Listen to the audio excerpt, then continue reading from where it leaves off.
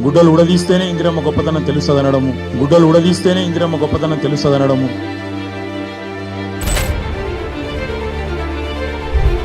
దేశాన్ని పాలించిన భారతరత్న ఇందిరమ్మపై ఇలాంటి అసభ్య వ్యాఖ్యలా? అయ్యా అండతో లీడర్ అయినోడివి, నీకేం తెలుసు కేటీఆర్ ఇందిరమ్మ గొప్పతనం? దళిత గిరిజనులకు నేడు సాగు భూములు ఉన్నాయంటే కారణం ఇందిరమ్మ. వారికి తెలుసు ఇందిరమ్మ అంటే ఏంటో. గ్రామాల్లోని ప్రజలు గుడిసెల నుండి పక్కా ఇండ్లకు మారిండ్రంటే కారణం ఇందిరమ్మ. నిరుపేద ప్రజలు నేడు బ్యాంకు మెట్లు ఎక్కుతున్నారంటే కారణం ఇందిరమ్మ.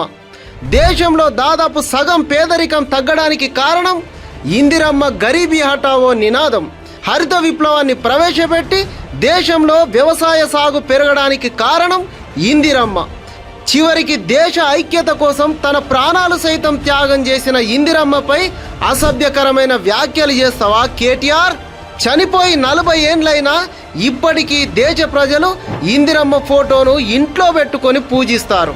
అంతెందుకు, మీ అయ్య అండను చూసుకొని ఎగురుతున్నావుగా, మీ అయ్య కూడా ఇందిరమ్మ అభిమానే. నేను పెద్ద ఇందిరాగాంధీ అభిమాని నుండి భూ సంస్కరణల చట్టం తెచ్చి పేదలకు గుడిసెలేయించి కొన్ని ప్రోగ్రాములు తెస్తే గొప్ప నాయకురాలు అని చెప్పి నేను పొంగేవన్నా హృదయంలో.